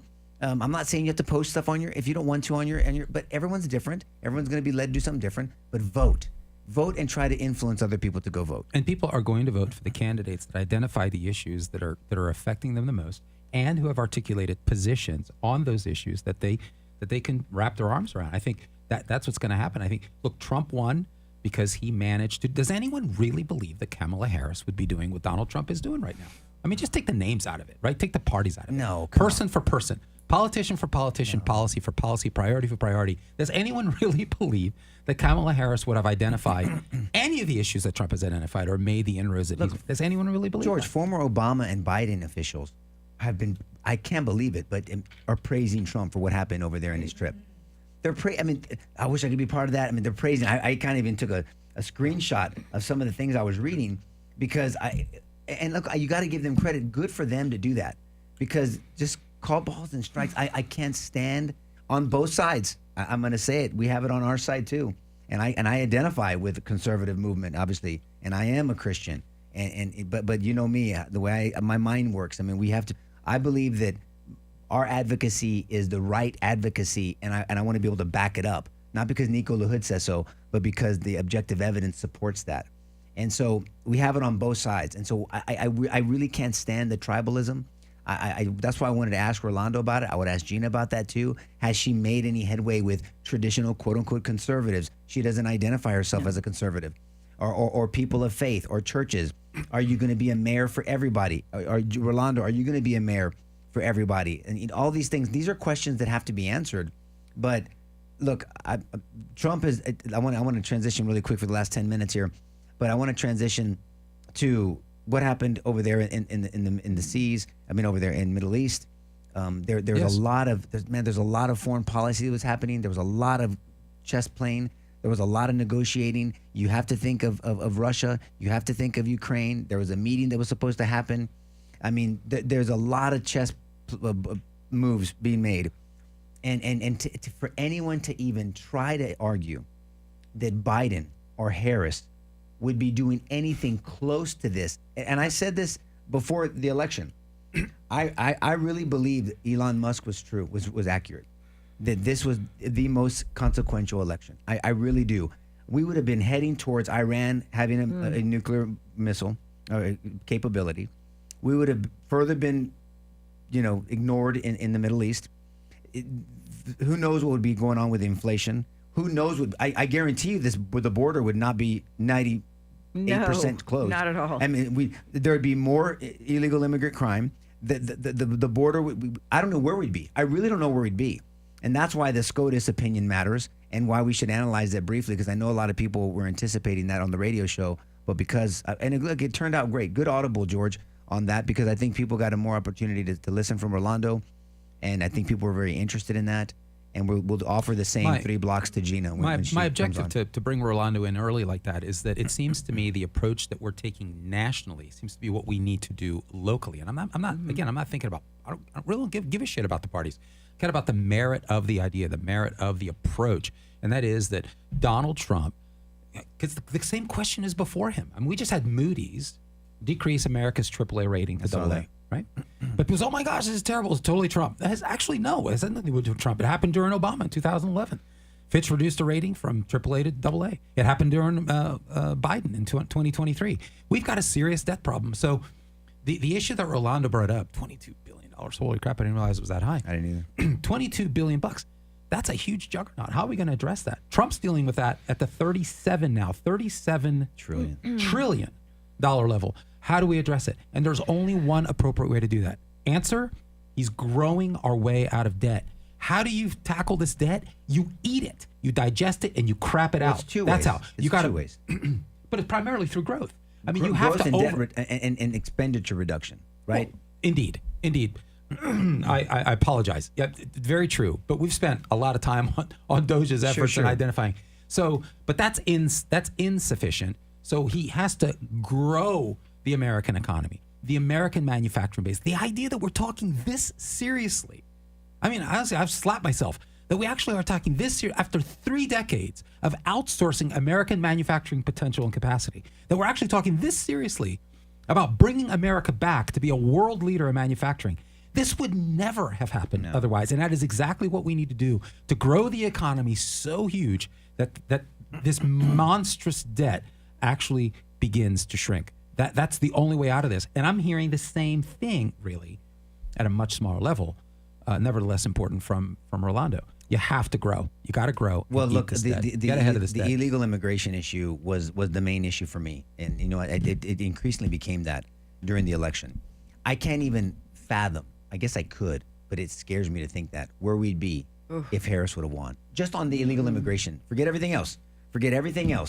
Where we'd be in Texas, where we'd be in the other cities, where we'd be with violent crime, where the mindset would be to be moving more against America being the shithole that everybody says, the left says it is. I mean, and not thinking about American exceptionalism and what about America made it exception. It's the ideas that undergird it. And so that's why that SCOTUS opinion, it wasn't the opinion the left wants to make it like, this heart shot to Trump and all this other bullshit. No, they made a decision on the notice requirement on due process, the thing that I harped on from the beginning. Now, there's a strong argument, and Alito made the argument that they should have just attacked the merits of the case. They were not talking. They did not give an opinion on the legality of the Aliens Enemies Act. I think they should have. Why? What are you piecemealing this? There's a concept that Patrick and I were talking about. I told Patrick that you want to get him on the show on these SCOTUS opinions. Yeah, I'd like to concert, if I could, with you a good hour, just chunking. We can do that, or whatever, 30 minutes, just to really get into the weeds of that. It needs that. I mean, there's something called judicial economy when you're talking about these things, and there's a mindset that we're going to attack the smaller issues versus the big issues on the merit. And look, there's arguments for and against that. Process question over a substantive question and things like that. They answered a process question. That was it. They were not answering substantively on the merits of whether this was legal or not. And they were just saying, look, 24-hour notice isn't enough. No, I mean, I think that Alito's right, though. It's rich that they addressed a process question when they went around the process to begin with, and they should have let the lower courts address it at the appropriate time. The lower courts were in the process of ruling, and the United States Supreme Court jumped in. So now all of a sudden they're concerned about process. I agree with that. So that I'm on this issue, I'm very skeptical about it. Look, for me, and I want to repose the question again because academically I'm just genuinely interested. I'd like Patrick's view on the Ludecky ruling as it pertains to AEA in 1948. I'm wondering if the court wasn't flirting with the notion that the invocation of AEA necessarily or perhaps even definitionally means the suspension of habeas corpus for the people in question. Because I know that's a big statement, but they carved out an exception that if in fact you are getting to the point, Nico, of AEA, if you have to get to that point, you're making a declaration about the kinds of individuals that you're making that statement about. This isn't your average person. This is a person that's in essence seen as a military combatant. And as you and I were joking around, can you imagine being on a battlefield and you're concerned about the guy who's shooting at you getting due process? So I realize I realize that's hyperbole. Example, I know, but it's useful to. But let's play it from there to explain that was the thinking. Was that the fact That's pattern? the only question that I have. Was that the fact pattern in 1948? That was a similar fact pattern? It wasn't that there were Germans here shooting at Americans. It was that there were German interests that were influencing the United States. And they ruled on it 3 years after the war ended, right. Interestingly. But those concerns, it seems to me, lingered 3 years later, whether it was undermining the American mindset or undermining the Americans against American policy. But so what Trump did, and I don't know why it doesn't get airtime. Well, I do, but it frustrates me because I read his basis for invoking it, and he made using FBI data, a lot of it which was garnered under Obama and Biden, that determined that in fact there is a complex established network between Venezuelan officials and Tren de Aragua, not just financially, but in terms of goals aimed at undermining the security of the United States. That's an established network. So the idea that you're just looking at a bunch of thugs in a city and we don't know if they're thugs, oh my gosh, what if it's somebody at the wrong place at the wrong time? I get the questions are legit. But this is long and tattered and established, and it seems to me, Nico, the court has basically blown that off. Now, for whatever reasons, and I think that that's not right, to turn Trump or his administration into due process disinterested thugs who want to throw Americans on planes to ship them out of here. I think that that's also unfair. I can't wait till they'll analyze this on the merits. I really can't, because I think the country will benefit from it. That's my only question for Patrick. I'd like you to weigh in. Could it be that when you invoke AEA, that yes, at the root of that might be the suspension of habeas corpus because of the nature of the offender. So in know. your perfect world, how would it play? Brother. No, but how You would and it I play were out? texting back and forth this week. Yeah, There's but this thing as perfect in D.C. No, but- I know. Well, there's no perfect in life, but theoretically, because you're making an appeal that you want something to happen to potentially suspend habeas corpus. What does that mean to you, and how would it play? Because that's how I'm a process good dude. You know that. Because I whatever process we establish will be the process for everyone. So here's where I part ways from people who are, I think, way too far on this. Where any illegal alien now would could have habeas corpus suspended. I would never go that far. I wouldn't. There are people who have been here. They entered illegally, but they are. I mean, they're not Tren de Aragua. And so, no, I don't. I think they need to go before an immigration court. There is a process for an how do you establish their Tren de Aragua? So the fact patterns. If you look at the means by which they established the offenders in the Ludecky case in 1948, and what Trump is claiming and FBI is that this isn't about Trump. These are fact patterns that have been gathered on individuals and specific criminal movements in the United States that have been well documented through multiple administrations. They're not all wrong. And these are people who are, and I mean, it's a laundry list of actual criminal activity. But from an investigatory agency. In multiple administrations across decades. From an investigatory agency. Yes, sir. Yeah, that's right. And so I guess people No, like I know people I like get me, it, brother. people I like get me it. just And say I asked you that question. I want to transfer that investigatory work and framework and present it to in front of a hearing, in front of a pettit court or jury or no argument. judge or somebody else. And I'm not making a claim. I'm genuinely asking a question. I want to know. I want to know if, in fact, I'm curious. The invocation of the AA presupposes a military combatant status to the offender. If that's the case, then you would have a suspension of habeas corpus under those conditions. Now, I get where you go with this. We'll play that out. Yeah. I understand you. I mean, shit. Can you imagine under Biden, everybody then, you can target your political enemies? And yeah, everybody can get through it. I get the concern, and I'm very alarmed about that. Then what's the answer then? The answer is a hearing. That's the answer. And I never suggested this. My criticism for the court is that the court, I think, should have left us to the district court judge that was actually ironing us out. It should have been left to the appellate court that was actually trying to iron us out. And then all of a sudden it would have come up to them anyway. But yes, I like going through the process. I don't like skipping steps, minus an emergency. The district court judge was going to deny the ACLU. But then they would have appealed. Oh, indeed. Yeah. But at least there would have been an opinion that would have informed the court. I agree with you. That's all. I agree with that 100%. Wait, now I'm in a side of arguing for a hearing.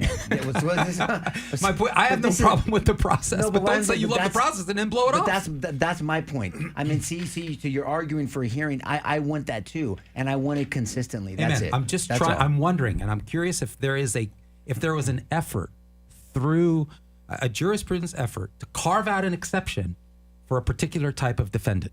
And I'm wondering if that's appropriate or not. And I want to know what the mechanism for doing that, because the consequences are significant. I mean, suspension of habeas corpus, holy shit. So anyway, that's a question, and let's see what happens. This isn't over yet. I mean, this is in many ways, it's just, it went back to the Fifth Circuit, right? Yeah, it went back to the Fifth, which is a conservative circuit. So the foundation of due process, do you know what it is, Karen? No, tell me. Notice and a hearing. You can't talk about due process if you don't talk about notice and hearing. So that's the foundation. I call it fundamental fair play. You're given proper notice on what the government is charging you with, and proper notice means proper time to prepare for it. So notice means preparation, and then a hearing, an avenue to present the evidence that George, like when George and I were talking about it, he goes, I have a slew of information and evidence that I'm a citizen here because I think somebody was criticizing either Mark Antoine or Alamo. What about you, George? What if they picked your ass up in your report? And I think I made that comment. He's like, well, I have a slew of information. But the question is, if you don't get a hearing to present that slew of information, well, then you're on a ship, Jack, and you're gone. Was it just a joke then when I saw on TikTok or something, they had the picture of all of the illegals sitting on the sidewalk at Martha's Vineyard with the police officers next to them, and they said, did they have a due process hearing when they shipped them out in 24 hours out of Martha's Vineyard? A cornerstone to the left is hypocrisy. So they're hypocrites. So if they say do as I say, not as I do, that is a cornerstone of the left.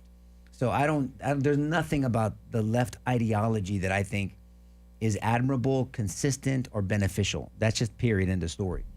So that's not a one for one because that's not a country. You don't have a right to be in Martha's Vineyard. You have to we do it here. I mean, we you know Austin's homeless problem is because San Antonio give one-way bus tickets over there. You know, right. There was you don't have a right to due process before you give me a bus ticket that I voluntarily took to Austin. So it's not that. My concern is always I want a system that is consistent. I want a system that it doesn't matter if it's President Trump, who I'm very happy is in charge, or President, I can't believe I'm saying this, AOC or Newsom or whatever. The system has to be that barrier that we can depend on over the person in charge. Because then what you're going to have, and we're talking, all of a sudden the FBI's fair. Well, no, I still don't trust any federal agency. I don't give a shit who's in charge. Kash Patel, Donald Trump, or anybody else, or Biden and Harris and all them.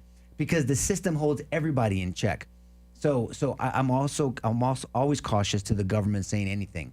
And when I was part of the government, because I was a big part of the highest level of local government, I was not offended. I mean, there were people that trusted the administration that we had, and because they knew their heart that we really wanted to get it right. And so it was just a very different culture when I was there. But the people that said, no, I don't trust you, okay, you don't have to trust me. Let's go through the process, and you're going to get your hearing, your fair share in court, and here's all the evidence, and let's try the case. Go to a jury and let them decide. Yeah. That's part of our process. So that's me. I'm a due process hawk, and that means notice and everything that comes along with proper notice. And the court ultimately just said, George, 24 hours isn't proper notice. The court. That's all they were exactly. saying. The court found that the AAA can be invoked, that the president has the authority to invoke it. The court didn't say that he couldn't. Right. The court said that the president is welcome under his executive authority to continue to deport at will, using other tools at his disposal, and they even gave an example, the Immigration Naturalization Act. And but yeah, the court found that notice must be given, and that 24 hours is insufficient, but left it up to the Fifth Circuit Court of Appeals to determine what appropriate notice is in this situation. Yeah. And where Trump is coming from, and I guess this is my worry, if in fact, because Trump established, and I'm irritated as hell, and I think Alito was, and Thomas concurred, because this isn't being addressed, and it bothers the shit out of me. It really does. Okay, if you actually have an invasion, and Americans are not on the same page as the court, and they haven't been for a long time, if you actually have an invasion, and the president under John Sauer, who I love that guy. I think he's doing a great job, and I think the court. I think there's clear respect between the justices and Sauer, and there should be. Sauer made the argument and never got a chance to really argue. He made the argument in the written the written justification, Nico, for the invocation of AEA, but he didn't get a chance to defend it. Frustrates me, and that is that if you have an invasion, if you have individuals who have been determined to be foreign terrorists, what does due process look like in that case? I mean, when you've determined that there is an existential threat. Yeah, well, we'll end it on this. I have to go speak at a conference, and so we have to wrap up. But I don't think anybody's advocating that if we see these what are these caravans? Remember we had those caravans every other week. I don't think anybody's advocating. At least, well, I guess some people are. The left is. I mean, but not people like me. Not due process hawks like me. You're seeing caravans coming in. You're not going to get there's no due process. It's like someone coming into your street, your house. I mean, you're going to stop them. We're going to kick them out. If they make it over and they just crossed over, like all that stuff at the border in El Paso, and the horses were gathering them, corral their asses up and send them back. I mean, Well, listen to what he just said, though. I love it, because that's exactly where the voter is. The American people were denied due process because their federal government, the tip of the spear, right, who should have stood in the gap, didn't. Yes. And facilitated the entry. So due process was a non-issue. So now that they're here, I know, but now we apply due process on the way out? But we two wrongs don't make a right. Can't do it that way. You don't fix due process, a violation of due process by violating due process. You just don't do that. I know in math, two negatives equal a positive, but not in life. It doesn't work. So it true. It doesn't work that way. I mean, so I agree there was a violation of due process, 100%. And whether it was due process or not, but there's a violation of law. If you add two negatives, you end up with a negative. If you multiply them, you get it with a positive. Fair enough. Yeah, multiply. But all I'm saying is, it doesn't work out here. We cannot say we're going to fix due process by not upholding due process. That doesn't make sense. And that's the difference. Trump is saying we got ourselves a battlefield, and on the battlefield, two wrongs do make a right. Because if all you sit there and out of virtue signaling, you say, "Well, I'm going to take the high road." Meanwhile, your opponent's beating the living shit out of you. You're growing in bruises, broken bones, but I'm going to take the high road. It's not the high road. It's not the high road. Nobody's advocating to take a high road. We're taking the road. It's not a high road. It's the road. It's a road that you're walking alone. That's the point. And if your enemy in a situation like that, and I think you would agree with that. I mean, if anyone's equipped to talk about fighting, you are. I mean, if you're in a fight and you're in a fight for the life of the country, and that's the level at which Trump is communicating. If you're in that kind of fight, then you pull out whatever tools you can under the law, whatever it takes. But nobody's advocating releasing these people, right? I mean, and we're saying expedite it, and we're saying just make sure that we don't trample on due process to protect due process. That's at least that's my position. Everybody can think what they want. That's it. We have the resources. We just have to do better. If we're exceptional, if we're the beacon of light on the hill, and we have this Constitution that has lasted 250 years, and we claim that these ideas that make us greater than any other country and why so many people want to come here, then we just have to act like it. And that's my point. Biden and Harris and the left have completely bastardized that they broke the law. They didn't uphold the law. They violated their duty and oath. They should be ashamed. I don't think anybody should ever vote for those set of ideas. That's my humble opinion, because those ideas sucked for us. But we got to do better. And it's not the high road. It's the road. That's all I'm saying. That's it. And I'm not saying due process, let them go. I trust you to come back. Oh, you get a month? No. I mean, just not 24 hours. Or let's make sure that now that all that shit happened and they're in this, I want to make sure that group that we're scooping up is not my brother here, George Araujo. Salo, he's screwed. Yeah. But I mean, anybody, all I'm saying, that's it. And we can do better. We have the resources. We waste it on everything else. And again, I believe in the principle of due process. A principle doesn't get compromised. A principle is a principle, and there's not an exception for a principle. It's not a tendency we have. It's a principle. And due process, like freedom of speech, like right to bear arms, I love them all. I don't pick and choose which ones or when or to whom they apply to. They apply to everybody. And even speech that I don't like. Remember we say that? We're the beacons, the guardians of the Constitution. That's right. We don't just defend free speech, not just the speech we like. It's all speech. That's right. You can make fun of special needs kids. You can make fun of Christians. You can make fun of my precious Jesus, because you have a right to do that. Mm-hmm. And I will fight like a son of a bitch for you to have that right. Mm-hmm. And I feel the same way about due process. That's it. That's my pitch. And we'll end it right there. And not, and you're right. A negative times a negative is a positive. Did I say it the wrong way? Teacher, professor? Piss off. All right. Thanks, guys. I'm joking. I was just saying it depends on the operation. I know. It's a time. It's a multiplication. I don't know what I'm looking at. What am I looking at? All right, guys. Thanks for joining. I hope you enjoyed this conversation with Rolando. Look, if Gina Ortiz-Jones, please accept our reach out invitation. Thank you, Karen. It'll be a conversation. Yes, we're going to ask you questions that seem to come up in every debate anyway, but we're not going to be harping on you. I'm not trying to win a debate with you. Huh? Yeah, tag her. Everybody, thanks, Salo. Tag her. Ask her to come on. She would want your vote too, and we want to give you an opportunity to earn the vote of our audience and their minds. So please come on. Please consider coming on, guys. Enjoy this. Enjoy your families. God bless you guys. Have a wonderful weekend.